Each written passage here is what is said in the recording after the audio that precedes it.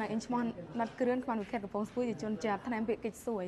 ចូលរួមការសាលា2ថ្ងៃនេះខ្ញុំបានសិក្សារៀនសូត្រច្រើនមែនទែនដូចជាបានស្គាល់ពីបងប្អូនជនជាតិផ្សេងមកពីខេត្តផ្សេងគ្នាដូចជាគួយពូនងចារាយអីផ្សេងក៏ឡើងមកពីខេត្តដើម្បីមកសិក្សាសាខាសាលានេះដែរហើយបានសិក្សាពីគោលពីការកំណត់គោលដៅនិងដែលខ្ញុំចាប់អារម្មណ៍ជាងគេគឺអ្នកបន្តវេនដោយសារតែយើង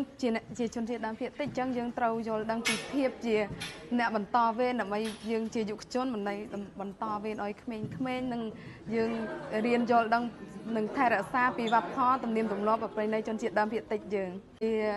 ចុងក្រោយនឹងខ្ញុំសូមផ្ដាំផ្ញើទៅបងប្អូនជនជាតិដើមភាគតិចទាំងអស់ជួយថែរក្សាទំនៀមទម្លាប់ប្រពៃណីនិងលើកស្ទួយវប្បធម៌ជនជាតិដើមភាគតិចយើងទៅមុខទៀតឲ្យកាន់តែរីកចម្រើនអរគុណ